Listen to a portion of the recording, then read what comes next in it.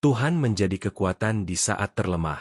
Ada titik dalam hidup ketika kita merasa benar-benar lemah. Bukan hanya lelah secara fisik, tetapi kosong secara batin. Doa terasa berat, senyum terasa dipaksakan, dan langkah terasa seperti menyeret beban yang tidak terlihat. Kita ingin kuat, tetapi hati tidak sanggup. Kita ingin percaya, tetapi jiwa terasa rapuh. Di saat seperti inilah firman Tuhan menyatakan satu kebenaran yang menenangkan. Tuhan menjadi kekuatan di saat kita terlemah. Dunia mengajarkan bahwa kelemahan adalah sesuatu yang harus disembunyikan. Kita didorong untuk selalu terlihat kuat, tegar, dan mampu mengendalikan keadaan. Namun firman Tuhan justru mengajarkan hal yang sebaliknya. Kelemahan bukanlah aib di hadapan Tuhan, tetapi pintu bagi kuasanya untuk bekerja. 2 Korintus 12 ayat 9 berkata, "Cukuplah kasih karuniaku bagimu, sebab justru dalam kelemahanlah kuasaku menjadi sempurna." Ini berarti, ketika kekuatan kita habis, disitulah kekuatan Tuhan mulai nyata. Tuhan tidak menunggu kita kuat untuk menolong kita. Dia tidak menunggu kita pulih untuk menyertai kita. Dia hadir justru di saat kita jatuh, di saat kita hampir menyerah, dan di saat kita tidak sanggup berdiri dengan kekuatan sendiri. Mazmur 73 ayat 26 berkata, "Sekalipun dagingku dan hatiku habis lenyap, gunung batuku dan bagianku tetaplah Allah selama-lamanya." Ketika semua sandaran lain runtuh, Tuhan tetap menjadi tempat berpijak yang teguh.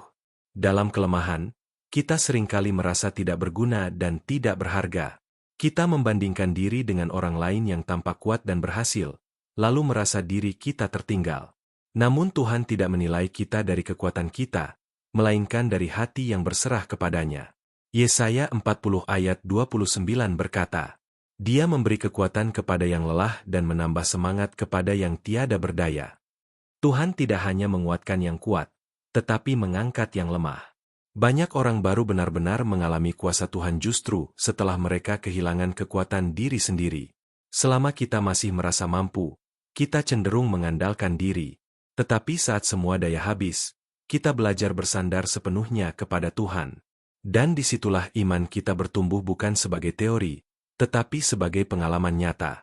Tuhan juga tidak selalu menghilangkan masalah kita, tetapi Dia selalu memberikan kekuatan untuk menghadapinya. Yesaya 43 ayat 2 berkata, "Apabila engkau menyeberang melalui air, aku akan menyertai engkau, atau melalui sungai-sungai, engkau tidak akan dihanyutkan. Apabila engkau berjalan melalui api, engkau tidak akan dihanguskan, dan nyala api tidak akan membakar engkau." Tuhan tidak selalu menjauhkan kita dari badai, tetapi Dia selalu hadir di dalam badai. Jika hari ini kamu merasa berada di titik terlemah dalam hidupmu, jangan putus asa. Jangan merasa gagal. Jangan merasa ditinggalkan. Justru di saat terlemah itulah Tuhan sedang paling dekat dan paling siap menguatkanmu. Dia menjadi kekuatanmu saat kakimu gemetar. Dia menjadi pengharapanmu saat hatimu hancur. Dia menjadi sandaranmu saat kamu tidak sanggup berdiri sendiri. Ingatlah, kekuatanmu tidak harus cukup, karena kekuatan Tuhan selalu cukup. Dan ketika kamu tidak sanggup lagi melangkah, Tuhanlah yang akan menopang dan menggendongmu melewati proses hidup ini. Mari berdoa. Bapa yang penuh kasih, kami datang kepadamu dengan segala kelemahan kami. Saat kami merasa tidak sanggup lagi melangkah, jadilah Engkau kekuatan kami. Saat iman kami goyah, jadilah Engkau sandaran kami. Angkatlah kami, kuatkanlah kami, dan tuntunlah kami dengan kasih-Mu. Kami percaya bahwa di dalam kelemahan kami, kuasa-Mu menjadi nyata. Di dalam nama Tuhan Yesus kami berdoa. Amin. Terima kasih sudah mendengarkan renungan ini.